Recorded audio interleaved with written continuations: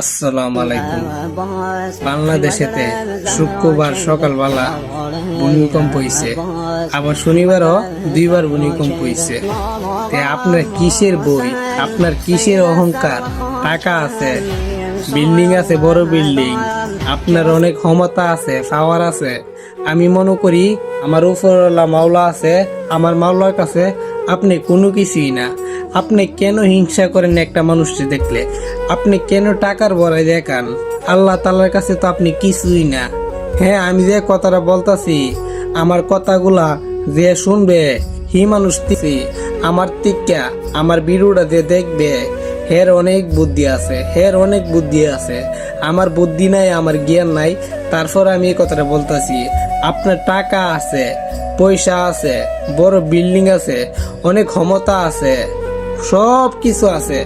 আমার মাওলার কাছে আপনি কিছুই না, আমার আল্লাহ তাআলার কাছে আপনি কিছুই না, আপনি কিছুই না। 1 মিনিটের ভূমিকম্পে অনেক কিছু শেষ করে দিতে পারবে। ঢাকা শহরে বড় বড় বিল্ডিং এর মালিক যারা, তারাও নিচে নেমা জায়গা, কারণ কি জানি কি হয়ে যায়, কি জানি কি হয়ে যায়। এত বড় বিল্ডিং করে তুলাচ্ছে, তারপরও বই লাগে, কারণ আল্লাহ তাআলার ঘূর্ণিঝড়ে আর ভূমিকম্পে অনেক কিছু হইতে পারে, অনেক কিছু হারাইতে পারে, অনেক মানুষ মারা দিতে পারে।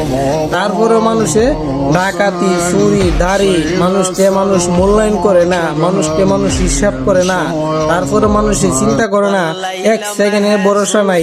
তারপরে আমরা মানুষ অনেক কিছু করি, অনেক কিছু করি, আমরা মানুষ অনেক কিছু করি, 1 সেকেন্ডের ভরসা নাই। আমরা যাই না, আমরা অনেক কিছু করি, 1 সেকেন্ডের ভরসা নাই।